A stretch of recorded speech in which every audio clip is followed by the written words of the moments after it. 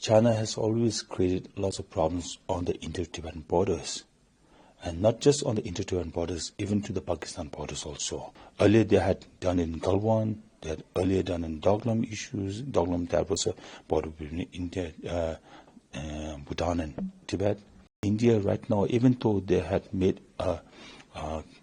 remarks in a very strong manner, but somehow it is very important to understand that China is a colonial state, and they will make sure to malign India whenever they think it's needed for them to do.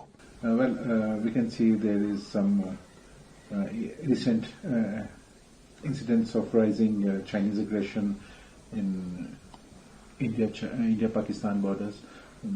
There's already some controversy going on. So Chinese are now again creating some trouble for India. How do you see this? So since Tibet was occupied in 1959, China has always created lots of problems on the Indo-Tibetan borders. And not just on the Indo-Tibetan borders, even to the Pakistan borders also. So presume that they are the new colonial state. So if there's the existence of new colonial state just next to your neighbor, right, and then your borders are all being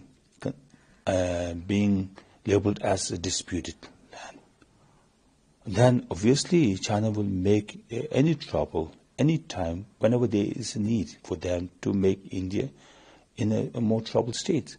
So therefore, this time also, it's not a new thing. Shaksgam Valley is not a new thing. Earlier they had done in Galwan, they had earlier done in Doklam issues. Doklam, that was a border between India, Bhutan and Tibet. So in Tawang sector also, they had been doing it consistently for over years. So therefore, I think it is very important to understand what is the psyche behind the Chinese colonial regime, right? And therefore, I think India right now, even though they had made remarks in a very strong manner, but somehow it is very important to understand that China is a colonial state, and they will make sure to malign India whenever they think it's needed for them to do. India has already cleared its stand by saying that we never recognized so-called China-Pakistan boundary agreement of 1963. So even then, China is trying to create some troubles. So what would be the intention behind? Do they want to divert the things? See, China, many times whenever there is this disengagement between India and China, there were people saying that it is merely a destructive kind of tactics that China is following. Somehow we do understand that there are lots of troubles, there are lots of problems within China. So this time maybe because since Pakistan is another issue that India has been consistently trying to work on, and by aligning with Pakistan on Shaksgam Valley, that too on the Indian border, is another thing that that China has been keeping into.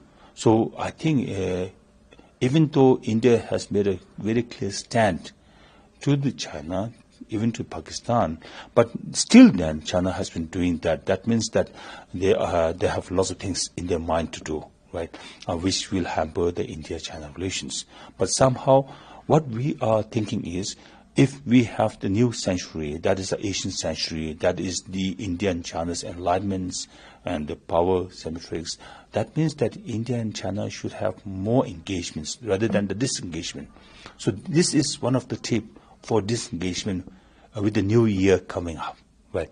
With the new year of 2026 coming up, and suddenly China has been working on to disrupt the relations between India and China.